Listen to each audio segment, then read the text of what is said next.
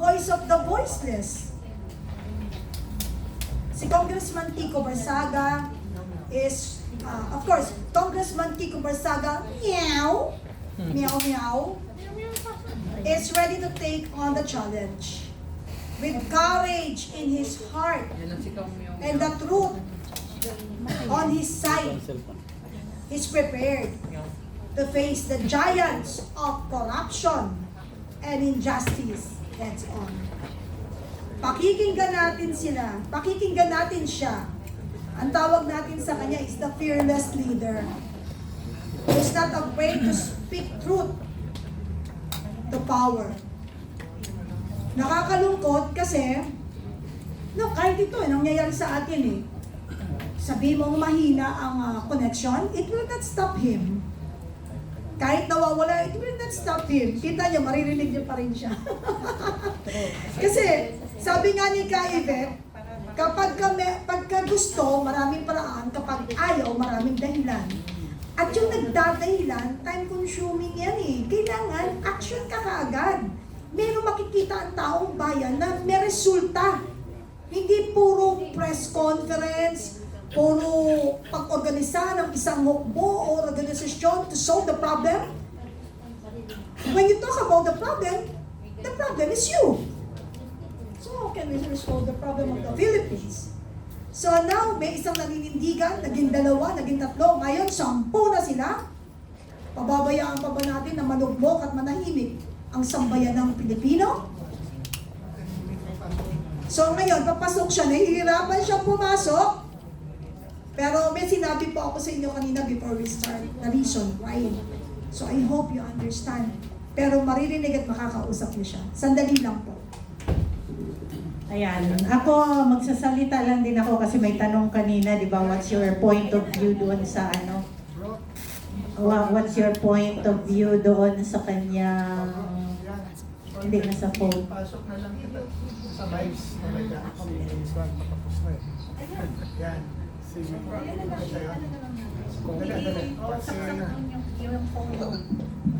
Sige bro. Yeah, I can hear you. Kita mo? Palakpakan po natin si Kong Kiko. Sabi ko sa inyo, gagawa ng paraan yan eh. Sige. Bro, saksak kita sa ano ha? Sige, salita ka na bro. They want to hear you. Anong message mo sa bayan? Pag nag-uusapan ngayon, ano ang masasabi ng tao sa ginawa sa yung suspension ng Congress? Pero ngayon, ang tanong, anong masasabi mo sa tao sa ginawa sa iyo sa Congress at ginawa ng Kongreso sa tao? Okay, so regarding this, since sabi ko na lahat ng mga previous interviews, bago ko lang na masasabi is, I na release yung mga nag-yes and no votes, yung mga yes votes and yung abstain votes. But afterwards, it's not just, since this case will set a precedent for all future cases, it will be up to history to decide how the people will look into the actions of the ethics committee and how the people will look into the actions of the congressmen who voted yes. Any questions? Any question? Pwede kayo magtanong. Kay Kiko. Sir, Ayan bro, may tanong dito para sa'yo. Sige. tanong ko kanina kung may hakbang ka bang magpasaklolo sa Supreme Court? Meron ka ba daw hakbang na magpasaklolo sa Supreme Court? Supreme Court. Well, pag-uusapan muna namin yan ng legal team ko, pero yung magiging case yun, siguro by 2027, 2028, so it will be a very long case. Marami. Pero siya muna namin sa Supreme Court. So either way, hindi sila makapag-decision within the 2 months of suspension. So by the time it reaches the Supreme Court, balik na ako ng Congress. So for now, there's no plan for Suspension. the Supreme Court. Malungkot kasi sa Congress. Malungkot daw sa Congress pag wala yung meow-meow. Walang miyaw ko. Sige, go ahead. Para kay Congressman, Sige, go ahead. Hello, Kong Miao. Tanong ko lang po. Nakita na po natin yung numero sa Kongreso na ikaw po ay pinagkaisahan. So ang tanong ko po dito, itutuloy nyo pa rin po ba yung inyong pagpapile ng impeachment against kay Bongbong Marcos? Itutuloy mo pa rin daw ba yung pagpapile ng impeachment kay BBM? Yung pagka, kung depende yun sa magiging legal response natin kasi nagkakaroon ng investigation doon. So whether or not the situation will change in the coming months. How about po yung ethics complaint nyo po kay Congressman Puno? Yung ethics complaint mo raw kay Puno, itutuloy mo ba? Committee. So, kahit naman laban sila, it's still a matter of voting. And hindi pa po paano mga sanctions against Puno kasi sila pa rin yung majority of Congress. Okay. Sige, last na po. That means next signal. Sige lang bro, hindi lang. May next Last po, question. Congressman Tico Barsaga, ano po yung komento nyo doon sa suporta na ibinigay ni Vice President Sara sa iyo?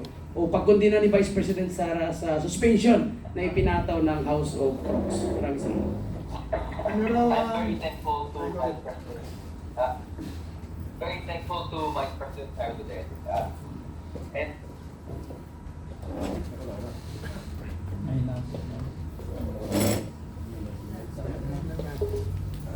Namatay na yata.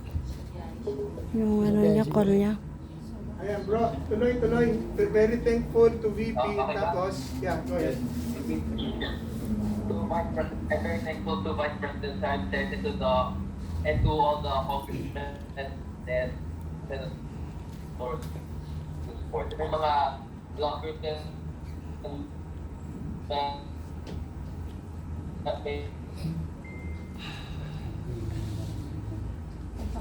may mga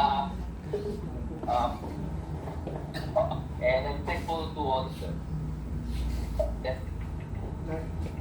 Okay ba? Yeah, okay bro, we heard you. Isa pang tanong. Yes, Congressman, maaari mo bang ma-identify sa masang Pilipino yung 11 congressman na nag-abstain?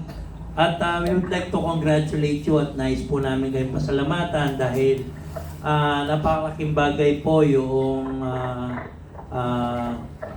inyong naging partisipasyon sa pag-expose po ng korupsyon dahil mabibilang lamang po natin yung mga congressman na naninindigan po para labanan ito, especially may mga nababanggit na mas malalaking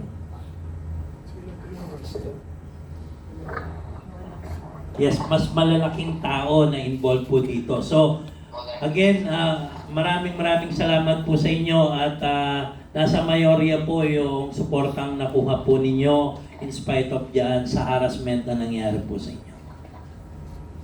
Narinig mo bro? Salamat daw sa ginagawa mo at ang Pilipino at mayorya daw ay nasa likod mo sa harassment na ginagawa nila sa'yo. O ikaw ang nangaral sa kanila. Baliktad. It goes both ways. Sige, sino pa may tanong? May tanong kayo? May tanong po ako. Hello?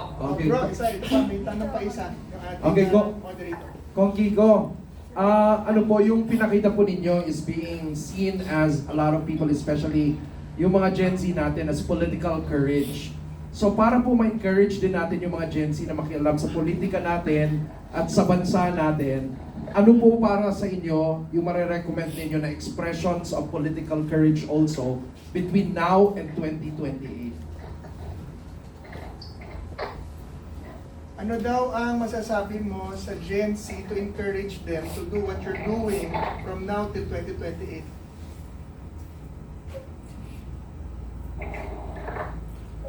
Mahina. Yeah, po? Po? Hello? Kita ba na pumunta yung connection? Kung ano yung tanong?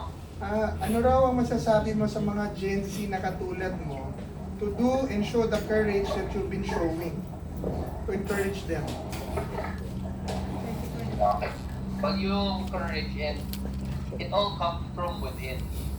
So everyone has their own beliefs, and everyone has their own threshold for courage where they will show those things in response or even in the face of threat.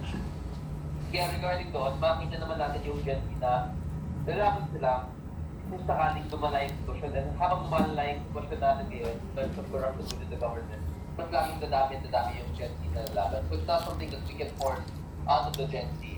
Hindi natin sila mapipilit na labanan nila yung corruption ng gobyerno ngayon. Pero habang lumala yung sitwasyon, mas dadami ang lalaban. Not just the Gen Z, but all generations. Hello? Yeah bro, we got you. Maraming. Meron pa, ito ang ating mga panelists.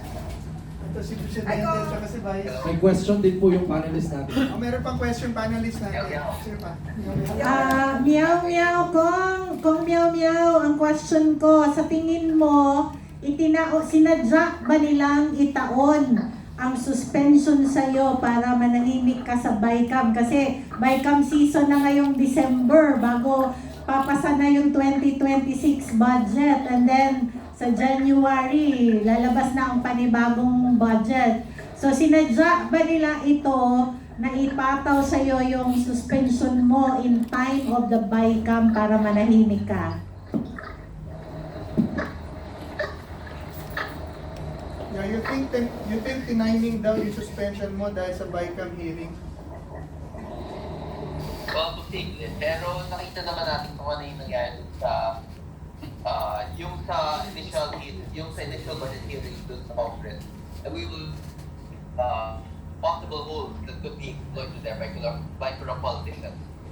So, generally speaking, they passed the largest education budget. So, posibleng dun manggagaling yung mga bagong corruption issues in the future. Kasi hindi na flood control ngayon eh. Sobrang halata na paggagawa ng flood control projects, so they could possibly make ghost classrooms or other ghost infrastructure projects within the education sector, which they allocated in increase the budget to. Tapos yung sa funds for non-representatives, medyo tumaas din yun. Yung sa PCO funds, which I interpolated, there's also a possibility of corruption there, which Congressman Marcoleta also stated during his interpellation of the PCO funds. So, regarding sa BICAM, there are already noticeable sources of corruption there. And whether or not I was there, whether or not I will be in the deliberation, may makita naman talaga ng bayan. At ng may makita naman talaga mga members ng House Representatives na magiging sources of issues doon sa proposed budget. Ayan, Kong Meow, on a light note naman, since suspended ka from Congress, ano ang balak mong gawin ngayong Pasko? I enjoy muna Christmas break. Actually, mas maganda nga yung very busy time para sa amin, especially yung mga congressmen na very close sa LGU nila within the local government as well. Madaming mga Christmas parties na kailangan sa and then yung distribution of Christmas goods din, madaming kaming i-pamugin ng mga Christmas goods, and then siguro short breaks din during Christmas season, spend time with family, spend time with my cat.